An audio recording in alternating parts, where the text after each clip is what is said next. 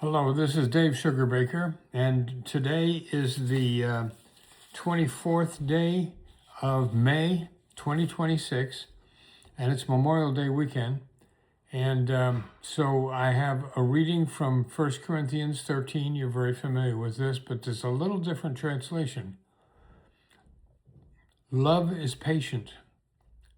Love is kind. It does not envy. It does not boast. It is not proud. It does not dishonor others. It is not self-seeking. It is not easily angered. It keeps no record of wrongs. Love does not delight in evil, but rejoices in the truth. It always protects, always trusts, always hopes, always perseveres. At times in my ministerial life, I have followed the lectionary. At other times, I've not.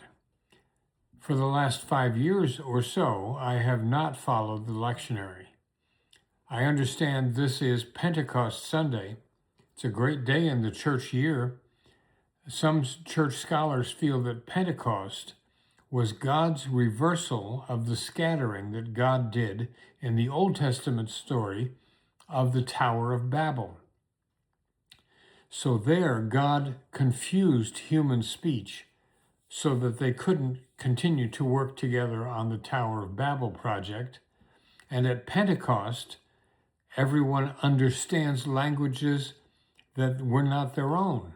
So having confused the speech of human beings at Babel, then at Pentecost, languages that are not their own are understood by everybody who was there.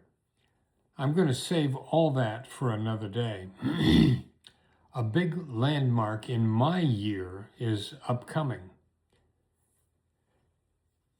On the cover of the bulletin for the church that I serve now, at First Presbyterian Church in Maysville, there's a picture that was taken last year of a camper showing off his face painting.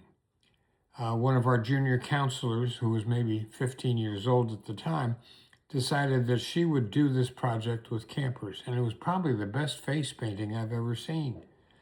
All over Beechwood Park that day, campers were eager to show off their face painting. And for some, it was a real boost to their self-perception and their self-confidence. I've been responsible for seeing that CampDiscovery happens for the last 23 years. CampDiscovery begins this Tuesday and will operate daily Monday through Friday until almost the end of August. For the 4th year now, camp will operate for 13 weeks this summer. It's the longest camp has ever been. I got a call a week or so ago. My phone told me that the call was from Palm Springs, California. And I thought, this could be spam. But I was a little curious, and so I answered the call, and turns out it was a father who wanted information about CampDiscovery. When did it start?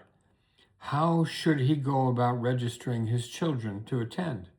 Where was Beechwood Park? I was happy to give him as much information as I could. CampDiscovery registration never closes. Campers are welcome to start whenever it fits their schedule. We've had campers from Korea and from Japan, from all over the United States. If they're going to be in the area, they're welcome to attend. Last year, we had 193 campers between the ages of 5 and 12. Before COVID, we were well over 200. 76% of our campers last year came from low or very low income households. That's an important demographic. And another important one is that 73% of our campers came from single-parent households. For some of our campers, the family structure has been shattered completely. Dad's in jail and mom is 99% missing because of her addiction to opioids. In a few cases, an older teen sister is holding the family of younger siblings together. It's not supposed to be like that, but it's reality for some. Sometimes there's a grandparent to step in, but not always. We will feed our campers 2 meals a day, Monday through Friday, all summer long. We send a big pack of weekend food home with about 100 of our campers on Fridays. But nevertheless, Monday morning is kind of intense because some of these kids have not had good nutrition over the weekend. We may buy warm clothes or shoes or a swimming suit that fits, but we're limited in what we can do for these kids. We've outfitted several campers for their school in the fall when we notice at the end of the summer that they have no other options. I remember a young man who had been a camper for 8 years until he aged out of camp and returned as a junior counselor. One day he said, "The thing about CampDiscovery's counselors is they are adults you can count on." Wow. We adults at CampDiscovery are adults that campers can count on. We will be there. We become family to some of the campers. I get asked each summer to be somebody's grandpa. That's actually the second question I'm asked. The first one is, "How old are you?" My answer is usually, "I'm older than dirt." One year, I didn't find out until the last day of camp that a camper who had asked me to be her grandpa had lost her grandfather a few months before camp began that year. It gets confusing for the campers, though, since for the last 3 years, I've had 3 of my actual grandchildren at camp for some portion of the summer. They visit in the summer from Chicago. There are 2 ways, as I thought about it, that we get family. One is that we inherit family. In that case, you have no choice in the matter. What you get is what you get. For some, that's a blessing. For others, not so much. Sometimes the problems seem to be handed down from one generation to the next. Another way to get family is to recruit them. That's what some of our campers do. They create family. Several counselors will be called mom after about the 2nd or 3rd week of camp. Creating family isn't limited to campers, though. Sometimes our friend group becomes very much like family. The intimacy that lifelong friends enjoy makes them like family to us. Our church can be family in some ways. Here's a group of like-minded and imperfect people who are learning how to love and forgive. We see them pretty regularly. When the occasion arises, we can support each other in our joys and in our griefs.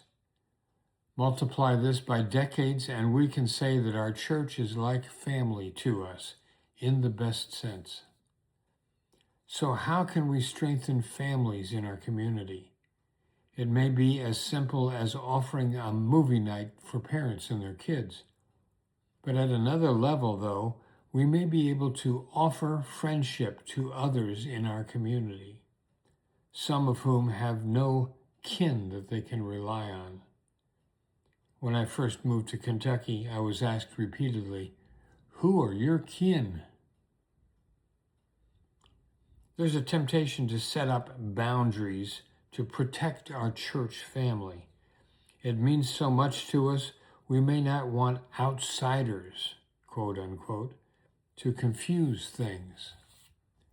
That's where we need to be careful. We have to remind ourselves that we are God's family. We're all brothers and sisters here. We're all God's children. And as such, we need to stay open to the marvelous newness others may bring to the family. We have to exhibit the characteristics of our spiritual parent, who is described as perfect love. It's not easy to emulate the love that we've experienced from our spiritual parent. Love demands that we conquer our selfishness as much as we can. We don't do it perfectly, but we will try to be patient.